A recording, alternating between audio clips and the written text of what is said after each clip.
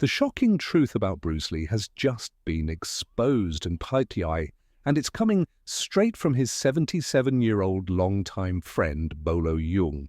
For decades, the world only saw their fierce rivalry on screen, but behind the scenes they shared a deep and genuine bond.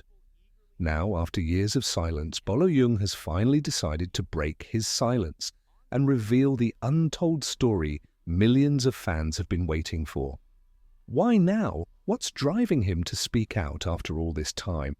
And why are some of Hollywood's most powerful players nervous about what he's saying? Let's dive into the secrets, the stories, and the truth Bolo Yeung is ready to share. Bolo Yeung, a life shaped by discipline and determination. Bolo Yeung's journey into martial arts started when he was just a kid. From the very beginning, he was hooked, drawn not just to the physicality, but to the mental toughness martial arts demanded. Before stepping into the film world, Bolo actually made his first big mark in bodybuilding. His dedication was unmatched, earning him the title of Mr. Hong Kong, a title he held proudly for a full decade. That relentless pursuit of physical perfection became the foundation for everything that followed. From bodybuilding champion to martial arts movie icon, when Bolo made the leap into acting in the late 1960s, it couldn't have been better timed. Hong Kong's film industry was booming, hungry for fresh faces with serious talent, and Bolo fit the bill perfectly. His first roles were small, sometimes not even credited, but Bolo didn't see them as just jobs. Each one was a stepping stone, a chance to learn, improve, and sharpen his skills both in front of the camera and behind the scenes. Embracing the villain and making it his own, thanks to his powerful physique and commanding presence, Bolo naturally found himself cast as the bad guy. But instead of resisting, he leaned into it. He made every villainous role his own, turning each performance into a masterclass in physical storytelling. He didn't just fight, he spoke volumes with his body language, showing emotion, intensity, and even vulnerability without needing a single word. It's a skill few actors master, and it made Bolo unforgettable. More than just a fighter, but Bolo's impact didn't end when the cameras stopped rolling.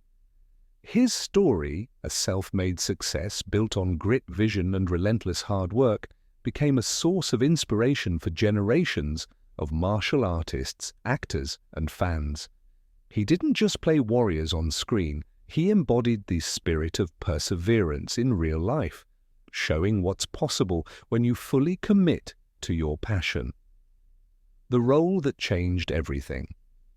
Bolo's breakthrough came in The Heroic Ones, directed by the legendary Chang Che. In the role of a stern, relentless warrior, Bolo's presence lit up the screen and caught the attention of some very influential people in the industry. That one performance opened the floodgates, leading to bigger roles that highlighted not just his physique, but his raw talent and intensity. On set, his work ethic became the stuff of legend, impressing everyone from co-stars to directors. Over time, Bolo refined his craft, mastering the art of saying more with silence than most actors could with pages of dialogue. That signature style became his calling card, and one of the reasons he stood out in a crowded industry. A rising star in a golden era. By the early 1970s, Bolo Yeung was on a meteoric rise, building momentum with every role. Directors couldn't get enough of his unique mix of physical power and subtle emotional depth. Fans, too, were drawn to him, captivated by that rare combination of strength and charisma. It was the perfect storm. Hong Kong action films were exploding onto the global stage, and Bolo seized that moment to make his mark far beyond Hong Kong. His unforgettable performances didn't just win him fans, they cemented his place in martial arts cinema history. Bolo Yeung's fame didn't just stay confined to Hong Kong, it quickly spread to Western countries, where his fan base grew both enthusiastic and fiercely loyal. This wave of international attention would eventually lead to a fateful encounter, one that would change the course of his career forever. That meeting happened under the most unexpected circumstances, during the filming of a Winston cigarettes commercial. Not exactly the setting you'd expect for two martial arts legends to cross paths, but fate has a funny way of working. It was there that Bruce Lee first noticed Bolo. While others might have only seen a towering physique, Bruce saw something more, raw potential, a rare combination of strength, charisma, and discipline that Bruce knew could be shaped into something iconic. Their professional connection would soon evolve into something much bigger when they worked together on the legendary film Enter the Dragon. This project didn't just elevate their careers, it forever linked their names in martial arts history. Right place, right time, and the power of image. Bolo's rise to fame wasn't only a result of his acting chops. In fact, much of his success can be traced back to a series of lucky breaks and smart connections, a reminder that in show business, talent alone isn't always enough. It all started with his breakout role in The Heroic Ones.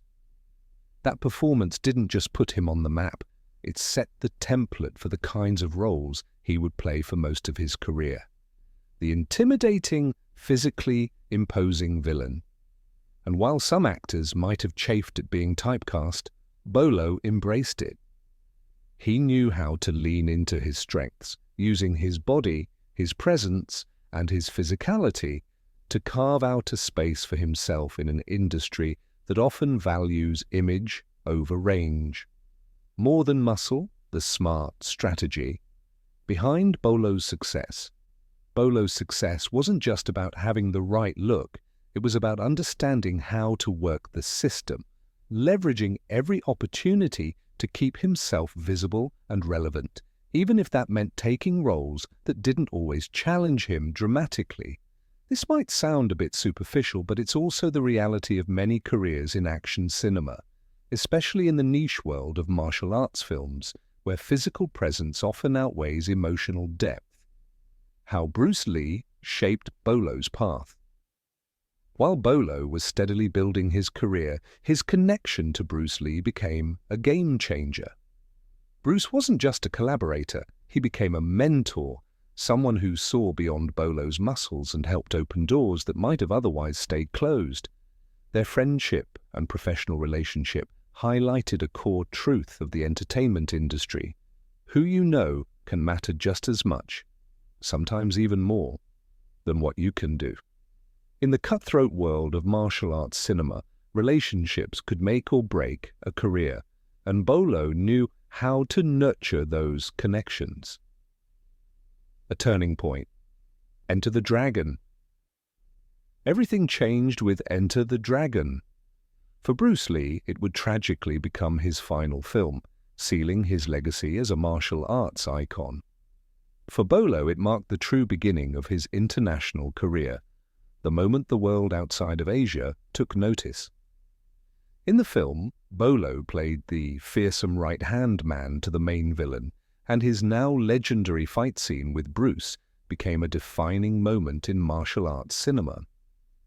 The contrast between Bruce's lightning-fast movements and Bolo's raw, unstoppable power was nothing short of cinematic magic, and it's no accident. Bruce was a perfectionist, meticulously choreographing every punch, kick, and block to make sure the scene wasn't just thrilling, but also told a visual story about speed versus strength. Bolo's background in bodybuilding and martial arts gave him a natural understanding of how to move and how to make those movements look powerful on screen. That combination of authenticity and theatricality made the scene unforgettable. Rivals on screen, friends in life. What might surprise fans is that despite their brutal on-screen rivalry, Bruce and Bolo were friends off-camera. There was a mutual respect between them, a shared understanding of what it took to reach the top, and an appreciation for each other's unique talents. That friendship, along with Bolo's talent, timing, and sharp understanding of how to play the game, helped him craft a career that lasted far beyond his early roles. And now, decades later, as Bolo finally speaks out, we're getting a glimpse into the untold stories behind that friendship, and the secrets Hollywood may not want you to know.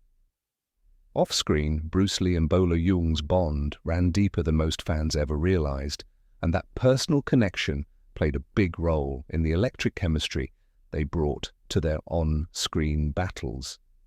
Their fights weren't just choreographed showdowns, they were infused with a real sense of respect and familiarity, something you can feel when you watch them go toe-to-toe. Of course, Bruce Lee's own rise to stardom is a story packed with fascinating twists and plenty of misconceptions. For starters, Bruce wasn't born in Hong Kong like many assume. He was actually born in San Francisco in 1940, but his family moved back to Hong Kong when he was still a child. Acting came into Bruce's life early, thanks to his father, a well-known Cantonese opera star. With his father's connections, Bruce found himself in front of the camera at a very young age. His first unofficial role was as a baby stand-in in the film Golden Gate Girl. Talk about an early start. Two very different roads to fame. Where Bruce's acting career felt almost preordained, Bolo Yeung's journey couldn't have been more different. Bolo's first passion was bodybuilding, not acting. He spent years sculpting his body into peak form, a commitment that earned him the title of Mr. Hong Kong for a solid decade. It was only later, after building that rock-solid reputation in the bodybuilding world, that Bolo made the leap into acting, and that leap, thanks to his unforgettable role in Enter the Dragon, would launch him onto the global stage. It's fascinating to see how their careers unfolded side by side. For Bolo, Enter the Dragon was the beginning of everything. For Bruce, tragically, it was his final act. Their stories are a reminder of how unpredictable life in the film industry can be. One film can ignite a career for one person while becoming the bittersweet farewell for another. Bruce Lee, the philosopher fighter. Bruce's path to superstardom was anything but simple. His martial arts training started at 13 when he began studying Wing Chun under the legendary Yip Man. But Bruce wasn't just a fighter. He was a thinker.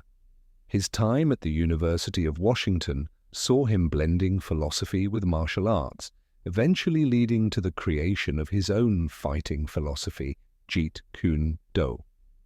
Unlike the rigid traditional styles popular at the time, Jeet Kune Do was all about adaptability, speed, and practicality, a reflection of Bruce's belief that fighting should be fluid, not locked into strict forms.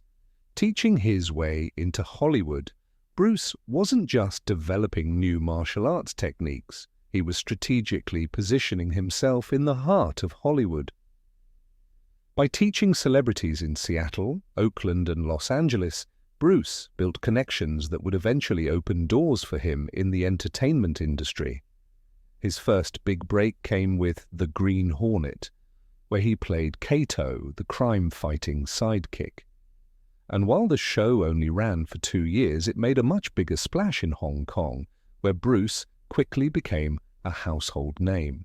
Hollywood's limited vision, and Bruce's bold return to Hong Kong. Despite his rising star power, Bruce quickly realized Hollywood wasn't ready to see him as a leading man. Studios were still stuck casting him in stereotypical Asian sidekick roles, and Bruce knew he was capable of so much more. Frustrated but determined, he made a bold move, heading back to Hong Kong. There, he didn't just act, he dominated. His 1971 film, The Big Boss, was a record-breaking hit, instantly cementing him as a force to be reckoned with. He followed that up with Fist of Fury and the groundbreaking Way of the Dragon, where Bruce didn't just star. He wrote, directed, and choreographed the action. That's also the film where he squared off against Chuck Norris in a legendary battle that's still held up today as one of the greatest fight scenes ever put on film. From rivals to friends, the bond between Bruce and Bolo. What many fans never knew is that behind the scenes of their legendary clashes, Bruce and Bolo were building a genuine friendship. That connection gave their fights an extra spark. They weren't just trading blows, they were challenging each other, pushing each other to be their best. The short but legendary life of Bruce Lee. Of course, Bruce Lee's crowning achievement came with Enter the Dragon. The film was a historic collaboration between Hong Kong and Hollywood, and it finally gave Bruce the global platform he'd been fighting for all along. The film's massive success, grossing over $200 million, wasn't just a financial triumph. It cemented Bruce Lee's legacy as the most influential martial artist the world had ever seen. And yet, just as the world was waking up to Bruce's brilliance, he was gone. His shocking and untimely death at just 32 left behind a legacy that still inspires, fascinates, and mystifies fans today. But for Bolo Yeung, the story didn't end there. His own career would continue to grow, shaped by both his friendship with Bruce and the lessons he learned watching his legendary friend navigate the cutthroat world of film. Together, their stories, one ending too soon, the other still unfolding decades later, offer a powerful glimpse into what it really takes to succeed in the martial arts world: talent, timing, and a little help from your friends. Bruce Lee's star was on the rise like never before. With Enter the Dragon smashing records and pulling in over $200 million globally, Lee was on the verge of stepping into a whole new level of global superstardom. But fate had other plans. In that very same year, at the tragically young age of 32, Bruce Lee passed away. A shocking loss that sent ripples through the entertainment world and sparked endless speculation that continues to this day. His death added a heartbreaking layer to his already legendary story, leaving fans and historians alike wondering what might have been. But even in his short life, Bruce Lee wasn't just a martial arts superstar. He was a revolutionary force, tearing down the tired, one-dimensional stereotypes that had long limited Asian actors in Hollywood. His influence stretched far beyond kung fu films. Bruce became a symbol of resilience, representing the fight for authentic representation at a time when Asian actors were often reduced to caricatures. His life was a powerful combination of extraordinary achievements and personal sacrifices, a clear example of how breaking barriers often comes with a heavy cost. A life of duality. Fame and the hidden price. Bruce's story reflects the dual nature of fame, a force that can lift someone to incredible heights but also expose them to harsh scrutiny and exploitation. Even decades after his passing, Bruce's influence is still studied, celebrated, and debated, a testament to how rare it is to find someone who combines talent, vision, and an unrelenting drive for authenticity the way he did. The ordinary day that became his last. The day Bruce Lee died started like any other. He was in Hong Kong, going over plans for his next project, The Game of Death, with his producer. It was business as usual, talking shop, brainstorming ideas, setting the stage for what was meant to be his next big milestone. Later that day, Bruce went to visit his friend and fellow actress Betty Ting-pei at her apartment. This wasn't unusual. They had known each other for some time. But what was unusual was Bruce's ongoing struggle with headaches and seizures, something he'd been quietly dealing with for weeks. When the headache hit again at Betty's place, she offered him a simple pain pill, something meant to help him relax. The pill contained a tranquilizer, and Bruce, trusting the gesture, took it and decided to lie down for a quick nap. What should have been a short rest turned into a nightmare. Hours later, when Bruce didn't show up for dinner, Betty went to check on him and found him unresponsive. In a panic, she called his producer, who rushed over, but even after desperate attempts to wake him, Bruce wouldn't stir. They called for a doctor who tried to revive him for about 10 minutes. When nothing worked, they had Bruce rushed to Queen Elizabeth Hospital. Sadly, it was too late. Upon arrival, Bruce Lee was pronounced dead. The medical mystery: what really happened? The official autopsy pointed to acute cerebral edema, a sudden, severe swelling of the brain. The cause? An adverse reaction to the combination of drugs in the pill Bruce took, worsened by the tranquilizer's effect on his system. Here's why that's so dangerous. When the brain swells, it has nowhere to go. It starts pressing against the inside of the skull, crushing vital areas and cutting off the brain's blood supply. Without proper blood flow and oxygen, the brain begins to shut down, a process that, if not stopped in time, becomes fatal, just as it did for Bruce. What causes cerebral edema? Cerebral edema isn't rare, and it can happen for a variety of reasons. It's not just linked to medications. It can be triggered by head injuries, strokes, both from clots or bleeding, brain tumors, severe infections like meningitis or encephalitis, metabolic issues like diabetic ketoacidosis, high-altitude cerebral edema, which occurs at extreme elevations over 2.5 miles high. The silent danger. Early warning signs. The symptoms of cerebral edema can creep up gradually or hit like a wave, depending on the cause. They often include headaches, nausea and vomiting, blurred vision, confusion or changes in mental state. In severe cases, seizures, unconsciousness, and even death can follow if treatment doesn't happen fast enough. Spotting the silent signs, early clues of brain swelling. Cerebral edema, swelling of the brain, isn't always obvious right away. Sometimes the warning signs are subtle at first. You might feel unusually sleepy, have trouble concentrating, or notice slight personality changes or memory lapses. These small shifts can be easy to dismiss, but they're early red flags that something's not right. In more serious cases, things escalate quickly. Sudden spikes in blood pressure, difficulty breathing, or even loss of consciousness can follow. How doctors diagnose and treat cerebral edema. When doctors suspect brain swelling, they start by reviewing your medical history, performing a thorough neurological exam, and running imaging tests like CT scans or MRIs to see what's happening inside the skull. In some cases, they might use a special device to measure the pressure inside the brain directly. Treatment focuses on two key goals: relieve the swelling, address the root cause. Doctors often rely on medications like corticosteroids to calm inflammation, diuretics like mannitol to help the body get rid of excess fluid, hypertonic saline, a high-salt solution that draws water out of the brain tissue to ease pressure. In extreme cases, surgery may be needed, such as removing a section of the skull to give the brain more room to swell safely, inserting a shunt to drain excess fluid away from the brain, creating a small hole to release pressure directly.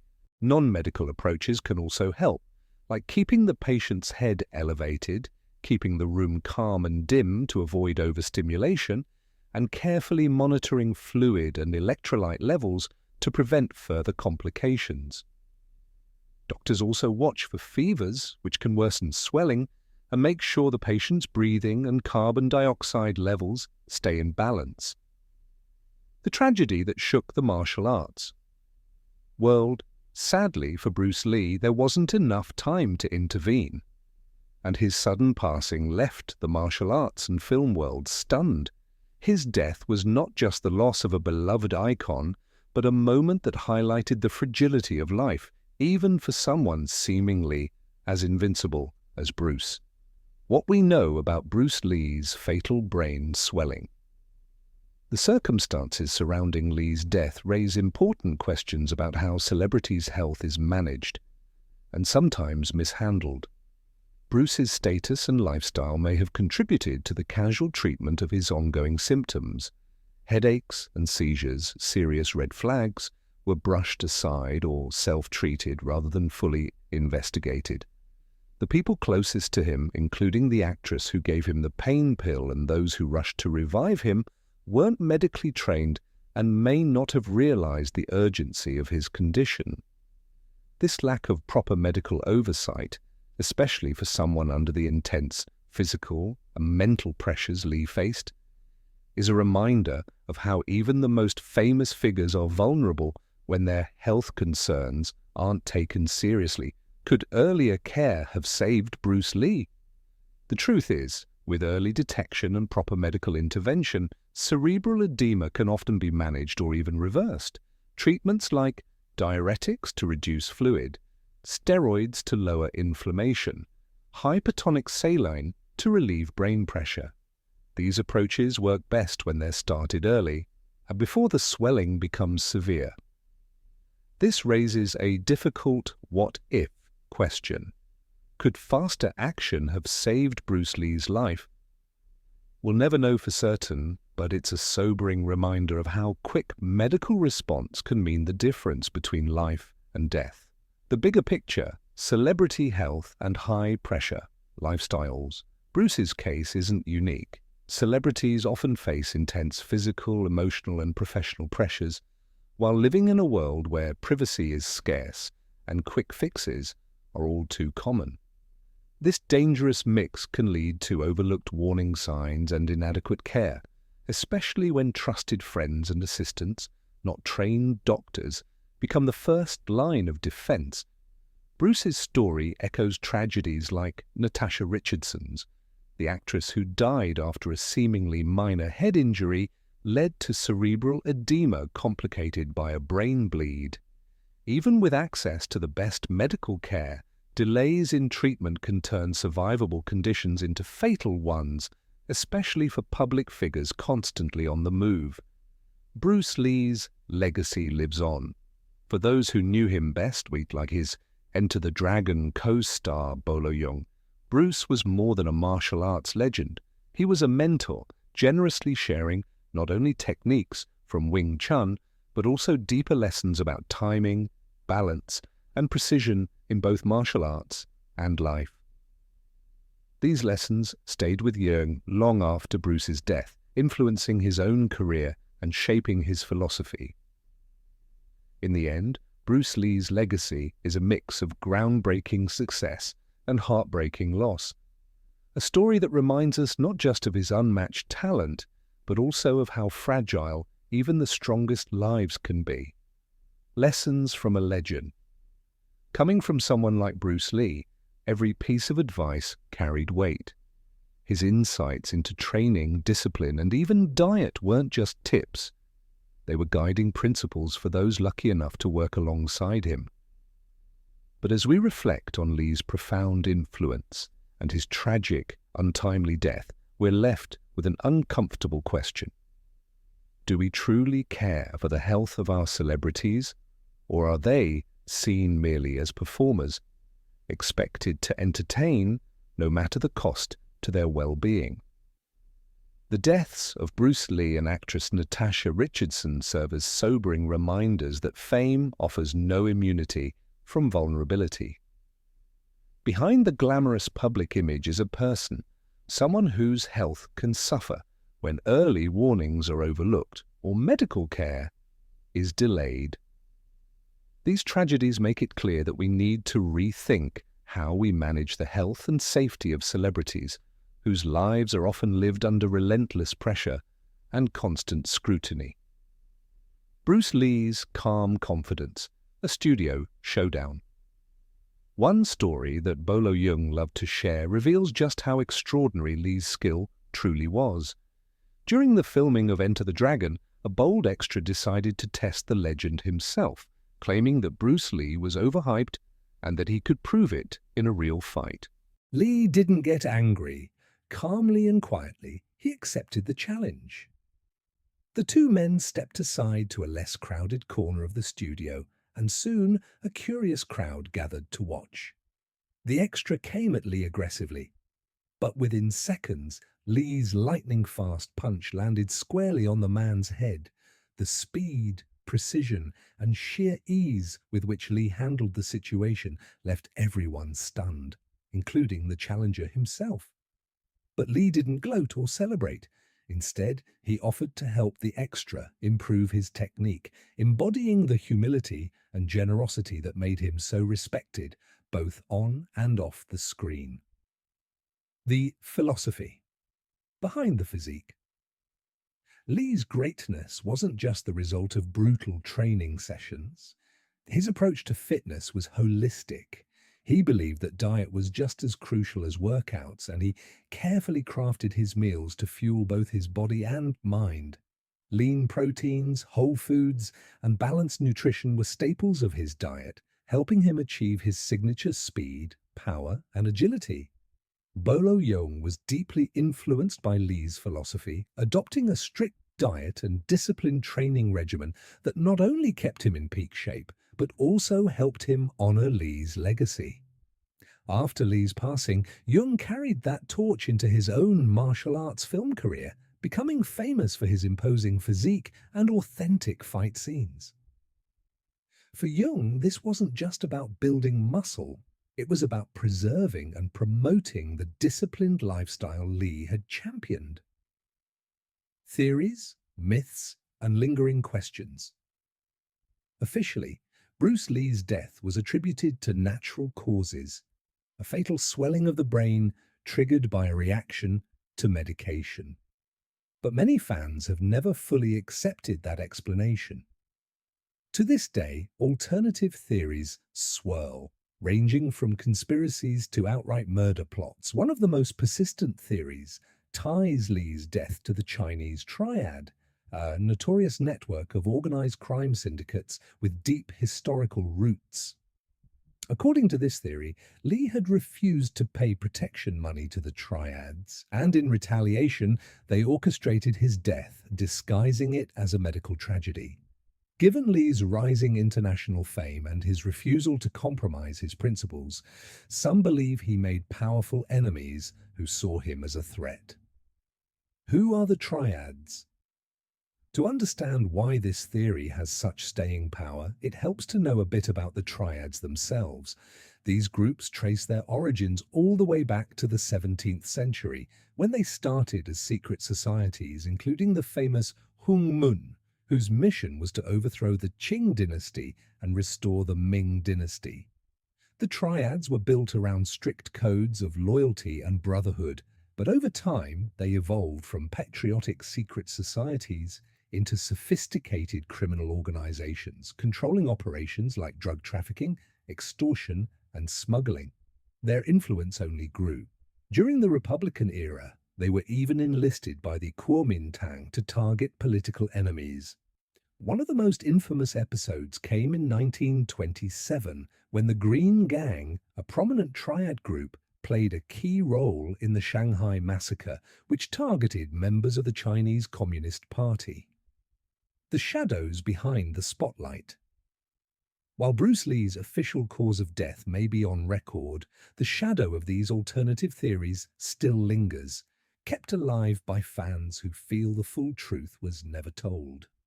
Whether or not the Triads were involved, one thing is clear. Bruce Li's story is far more than that of a martial artist turned movie star. It's a story of a man who broke barriers, refused to compromise, and lived with the kind of fearless authenticity that made him both admired and possibly targeted. Even decades after his death, Bruce Li's impact reverberates across martial arts, film, and popular culture. A legacy shaped by brilliance, dedication, and the mystery that still surrounds his final days. The rise and reach of the Triads. In 1949, when the new Chinese government cracked down on secret societies and underground networks, many Triad members were forced to flee, scattering to nearby regions like Hong Kong, Macau, and Taiwan. Far from disappearing, they adapted and thrived, shifting their focus to drug trafficking, extortion, illegal gambling, and prostitution. Hong Kong, in particular, became a hotbed of triad activity. Notorious groups like Sun Yeon, 14K, and Woshing Wo took root there, weaving themselves into the city's underworld. One of the most infamous triad strongholds was Kowloon Walled City, a chaotic maze of tightly packed buildings and narrow alleys. For years, it operated as a lawless haven where triads could operate with near-total impunity until the area was demolished in the early 1990s. Back then, the British colonial government largely took a hands-off approach to the walled city, essentially allowing triads to run the show.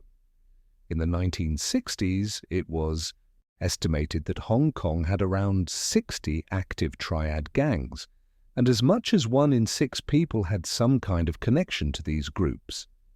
Despite ongoing police crackdown, including the creation of the Organized Crime and Triad Bureau, the triads were experts at survival. They diversified into money laundering, fraud, and human trafficking, constantly shifting tactics to stay one step ahead. Today, it's believed that as many as 100,000 triad members are still active in Hong Kong alone. The triad's infamy didn't just stay in the shadows, it spilled into pop culture. Movies, TV shows, and video games have romanticized and dramatized their exploits, blending fact and fiction until the public image of the triads became larger than life. But the triads' reach wasn't limited to Hong Kong. In Macau, they moved into the casino business, using it as a front for money laundering and other illegal dealings. In Taiwan, they embedded themselves into similar enterprises, always adjusting to new environments while maintaining their core operations. Theories, suspicion, and Bruce Lee's untimely death. It's this deep-rooted power and adaptability that feeds into one of the most enduring conspiracy theories about Bruce Lee's death. Despite the official explanation that Lee died from cerebral edema, possibly triggered by a reaction to medication, many fans aren't convinced. This lingering doubt isn't just about Lee, it reflects a broader mistrust of official narratives, especially when it comes to the deaths of public figures who die suddenly and under unusual circumstances. People tend to look for hidden hands, secret motives, and darker truths, especially when the person in question is someone as larger than life as Bruce Lee. One persistent theory suggests that Lee's meteoric rise to global superstardom made him a target. According to this theory, a powerful criminal group, possibly the Triads, demanded a cut of his movie profits. When Lee refused, the theory goes they decided to eliminate him. Some versions of the story claim that the Triads had the means and expertise to carry out a murder that would look like a tragic accident. They could have swapped out his usual headache pills with something far more lethal, making it seem like a sudden allergic reaction or medical mishap. Supporters of this theory often point to the strange and murky details surrounding Lee's final day. They focus on Betty Ting Pei, the actress, in whose apartment Lee spent his last hours. According to these accounts, Betty wasn't just a friend. She was part of a larger plot to lure Lee into a vulnerable situation where he could be poisoned without raising immediate suspicion. Her shifting, sometimes vague recollections about what happened that day only add to the speculation. Critics also note how quickly the investigation into Lee's death was wrapped up, raising questions about whether there was pressure to close the case before uncomfortable truths could surface. For some, accepting the official explanation of Bruce Lee's death, that it was simply a tragic medical event, feels far too convenient. They believe there were powerful forces at play, capable of quietly steering the investigation and influencing the final verdict. According to these theories, Lee's sudden passing wasn't just an unfortunate accident, but part of a deliberate cover-up, orchestrated by individuals with both the motive and the means to bury the truth. One thread of speculation points to Lee's bold decision to step away from the established film studios and launch his own production company. At the time, Hong Kong's film industry was rumored to be heavily under the thumb of local mafia-like organizations, which expected a cut of everyone's earnings. By breaking away and charting his own path, Lee may have unintentionally made some dangerous enemies, enemies with a reputation for making examples out of those who refused to play by their rules. Some believe Lee's death was meant to send a chilling message to other rising stars and independent filmmakers: defy us, and you'll pay the price. And the theory doesn't stop with Bruce. Many point to the eerily similar fate of his son, Brandon Lee, whose life was cut short under bizarre and tragic circumstances on the set of The Crow. To those who see a pattern, Brandon's death wasn't just a freak accident. It was part of the same dark campaign to intimidate the Lee family and remind the industry who really pulls the strings. Of course, these ideas remain speculation with no smoking gun or undeniable proof. But their persistence speaks volumes. They tap into a much broader distrust, a sense that behind the glitz and glamour of the entertainment world lies a far more sinister reality, where powerful players protect their interests at all costs. When a beloved icon like Bruce Lee dies unexpectedly, it's only natural that people want answers that feel complete. Not just clinical reports, but the whole story, with all the hidden connections and buried motives brought into the light. What really happened to Bruce Lee? Was it just a tragic twist of fate? Or is there something deeper still, waiting to be uncovered? We'd love to hear your thoughts. Do you think there's more to the story? Share your theories in the comments. And don't forget to like, subscribe, and stay tuned for more fascinating stories from the worlds of martial arts, entertainment, and beyond.